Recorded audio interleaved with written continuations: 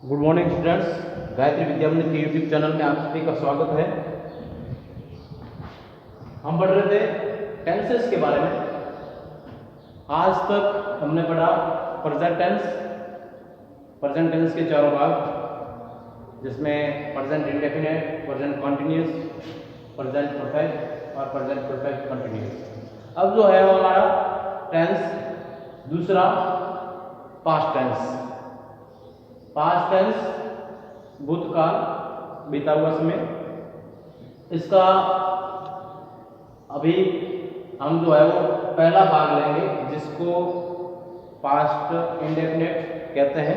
Indefinite के बारे में मैंने आपको पहले बताया, अनिश्चित समय, अतीत का अनिश्चित समय।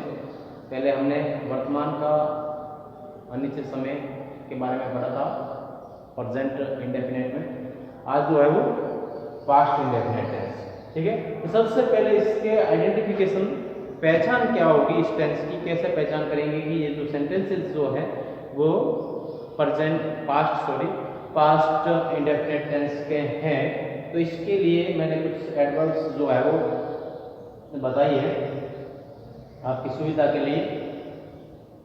देखिए, in past indefinite tense following adverbs of time mostly used। मुख्य रूप से जो एडवर्ब्स इस टेंस में प्रयोग की जाती है वो एडवर्ब है यस्टरडे हो सकता है, यस्टरनाइट हो सकता है। जिस भी शब्द के साथ में डे, नाइट, आवर, वीक, किसी के भी साथ में अगर यस्टर लगा है, YEST या यस्टर यानी पिछला होता है, तो आपको समझना है कि वो वाक्य जो है, सेंटेंस जो है वो पास्ट इंडेफिनिट टेंस का है। उसके बाद में अगर वाक्य में लिखा है वन डे से वाक्य प्रारंभ हो रहा है, तो आपको समझना है कि ये जो है वाक्य पास्ट इंडेफिनिट टेंस का है। अगर वंस लिखा है, वंस से प्रारंभ हो रहा है, तो भी आपको समझना है कि वाक्य जो है पास्ट इंडेफिनिट टेंस का है। लॉन्ग एगो हो सकता है, अगो हो सकता है, that day, that night, that hour, that evening, that morning अगर हो तो भी आपको समझना है कि सेंटेंस जो है वो पास्ट इंडेफिनिट टेंस का होगा। एज सुन एज अगर वाक्य में है तो वो पास्ट सिंपल होता है। Last, day, night, week, month, year, hour, कुछ भी हो, अगर लास्ट लगा है उसके साथ में, तो आपको समझना है कि वाक्य जो है वो पास्ट इंडेफिनिट टेंस का वाक्य है। उसके बाद में अदर, डे, नाइट, आवर वगैरह लिखा है, तो भी आपको उसको पास्ट इंडेफिनिट टेंस में ही समझना है। कोई भी वस्तु दिया हुआ बोलते समय, जैसे वर्तमान में भी चल रहा है, जैसे आज जो है वो डेट है, आज से पिछली कोई भी तारीख, अगर मई दिया है 2020, तो भी वो पास्ट होगा, ठीक है। हालांकि प्रत्येक मिनट बोलने से पहले जो भी मिनट है, जो भी सेकंड की हो सकती है प्रीवियस, वो भी आ सकती है, तो वो सब पास्ट में गिने जाते हैं। तो कोई भी वर्ष हो सकता है, पिछला बीता हुआ कोई भी वर्ष हो सकता है, 2015, 16, 17, 18, 19, जो भी बीत चुका है वो टाइम हो सकता है, ठीक है।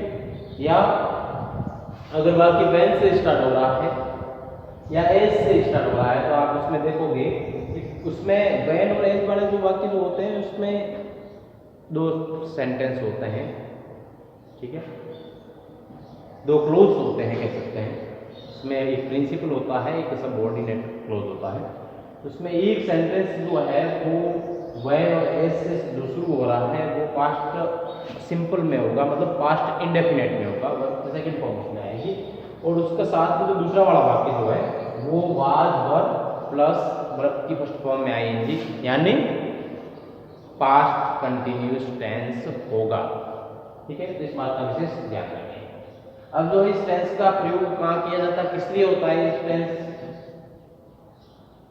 तो देखिए पास्ट इंडेफिनिट टेंस का प्रयोग भूतकाल में किसी समय हुए कार्य या घटना को बताने के लिए किया जाता है। मतलब भूतकाल के किसी भी समय में, कोई निश्चित समय नहीं, भूतकाल का कोई भी समय हो सकता है, उसमें कोई कार्य या कोई घटना उसके बारे में बताने के लिए इस टेंस का प्रयोग किया जाता है। मतलब पास्ट इंडेफिनिट टेंस का प्रयोग किया जाता है। ठीक है, तो इस बात का विशेष ध्यान रखिए इसका भी।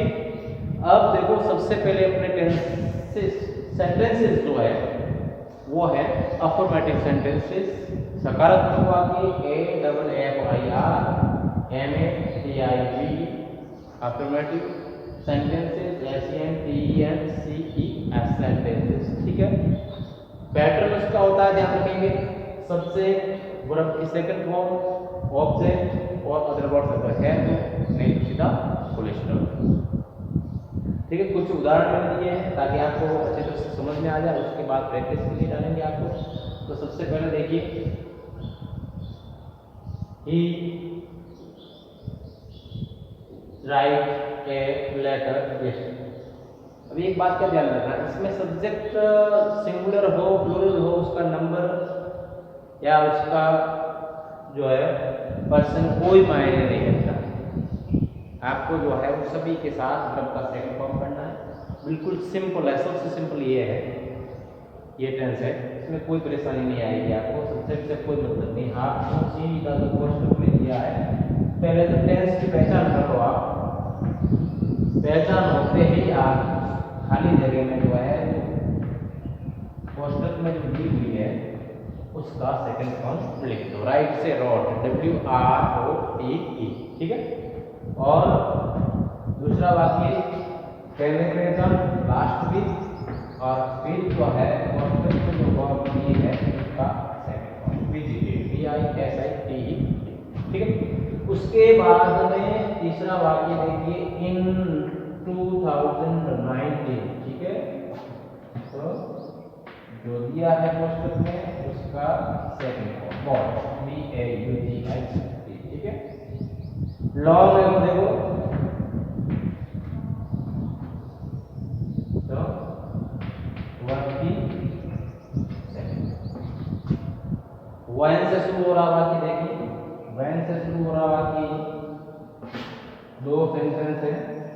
दूसरा सेंटेंस देखो, सब्जेक्ट बाद या वर्ब, वर्ब की फर्स्ट फॉर्म आई है, मतलब दूसरा पास्ट कंटिन्यूअस है, तो पहला जो है वो क्या होना चाहिए, पास्ट सिंपल, ENTERED।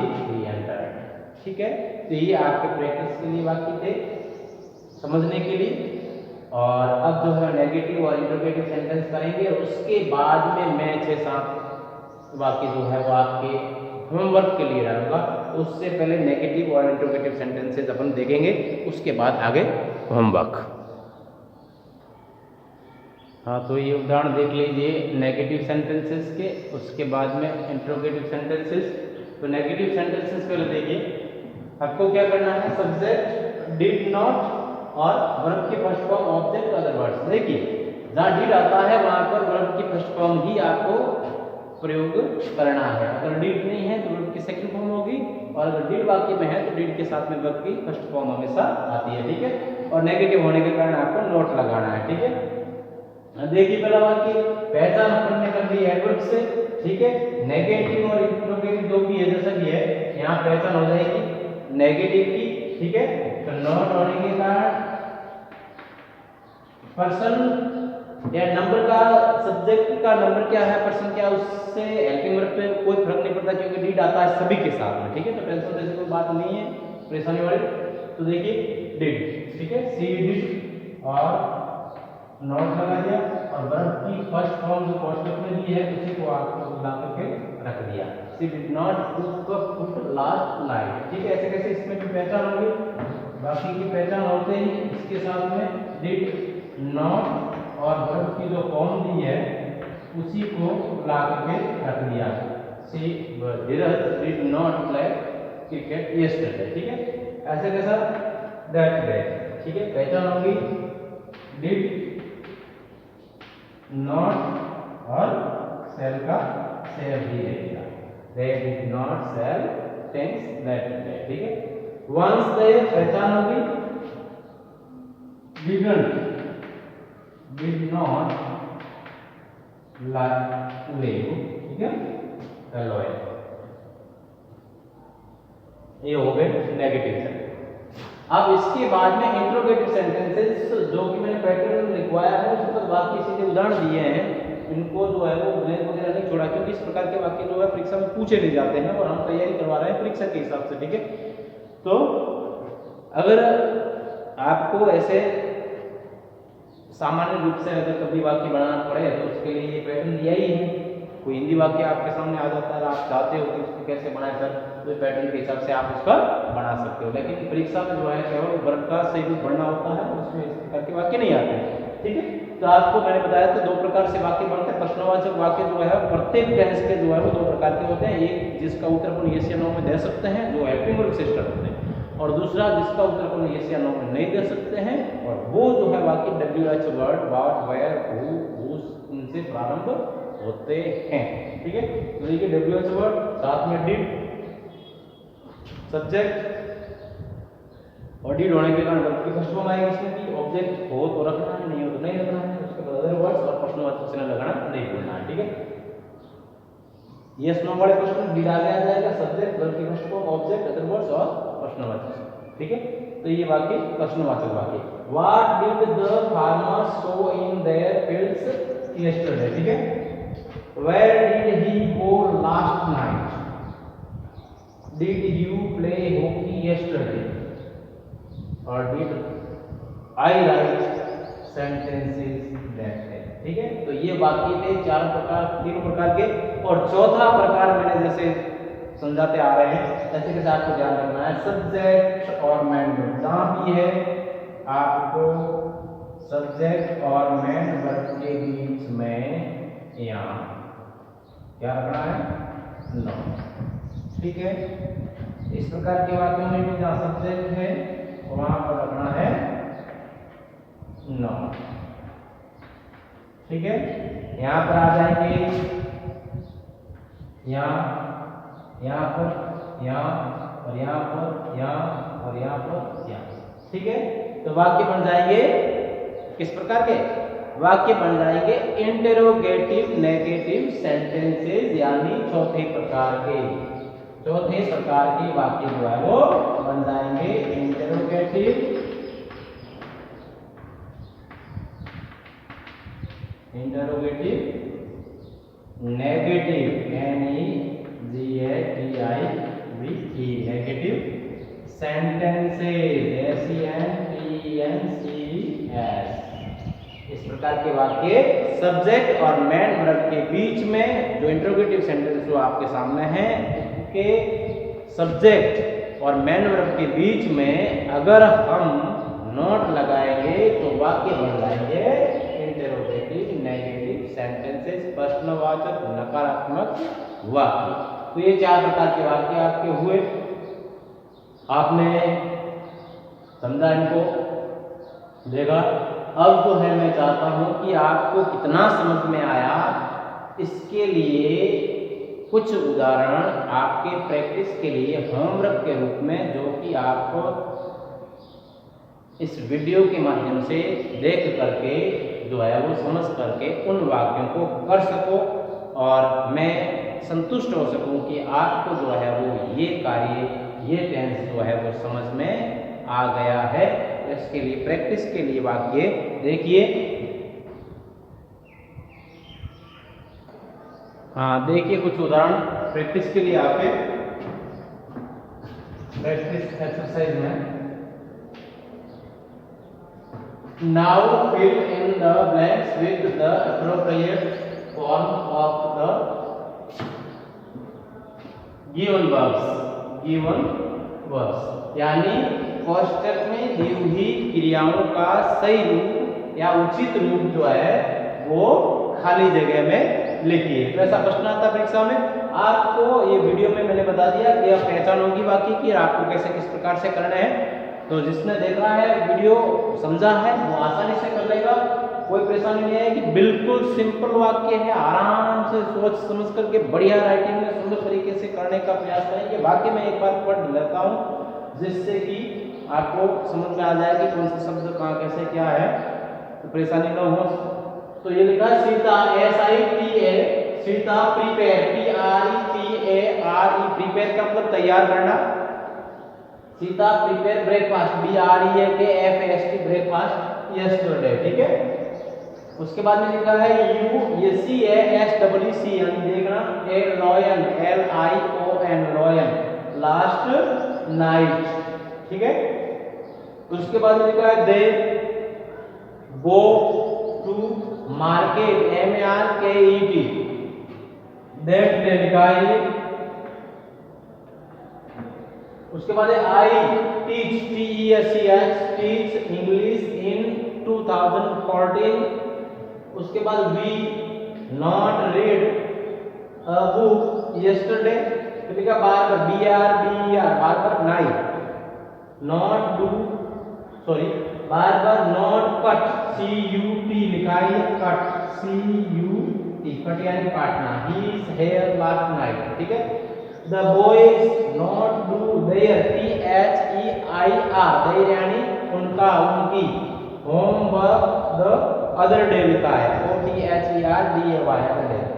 फिर है वाक्य we not learn, LERN, learn यानी सीखना, इंग्लिश लास्ट आवर, HOUR, घंटा। लॉन्ग अगो शब्द है, long, LONG, long ago they are not live an old man, ठीक है। उसके बाद वाक्य है when the teacher come into the class the students, STUDENTS, students were reading book, ठीक है। तो ये वाक्य है आपके, 10 वाक्य डाले मैंने, 10 कल डाले थे। तो बढ़िया तरीके से करने का प्रयास करेंगे। हालांकि काफी बच्चे जो है वो बहुत सुंदर कार्य कर रहे हैं और नियमित कार्य कर रहे हैं और मुझे डेली जो है वो व्हाट्सएप पे उनका कार्य जो है वो भेज रहे हैं। तो मैं आशा करता हूँ कि सभी बच्चे जो है वो अनिवार्य रूप से इस कार्य को सीरियसली लेकर के करने का प्रयास करेंगे और बेहतर से बेहतर करने का प्रयास करेंगे, और जिससे कि जो है वो मुझे संतुष्टि मिल सके कि बच्चे जो है वो समझ रहे हैं, वीडियो को देख रहे हैं, समझ रहे हैं और उनको समझ में आ रहा है, ठीक है। और कार्य हमेशा किसी दिन छूट जाता, मैंने पहले भी बताया, किसी दिन छूट जाता है, कोई काम कर नहीं कर पाते, तो दूसरे दिन जो है उस कार्य को करें, छोड़े नहीं किसी भी कार्य को, किसी भी दिन के कार्य को जो वीडियो अपलोड किया गया है उसको नियमित रूप से क्रम वाइज करते रहे, ताकि कोई भी टॉपिक आपका पीछे नहीं रहे और आप टेंस को पूरी तरह से अच्छी तरीके से समझ जाए, ठीक है। तो ये टेंस जो है वो अभी यह पास्ट इंडेफिनिट टेंस अपना हो गया है। मैंने कहा था पहले भी, कल भी बताया था मैंने कि टेंस पास्ट करने के बाद 6 और 7 की मैं किताब स्टार्ट करूंगा, फर्स्ट अध्याय से स्टार्ट होगा, ठीक है। और 8वीं के लिए मैं फ्यूचर सिंपल करवा करके फिर किताब स्टार्ट करूंगा। तो इसलिए जिनके बुक्स नहीं हैं तो मार्केट में बुक्स मिल रही है, ला सकते हैं, ठीक है।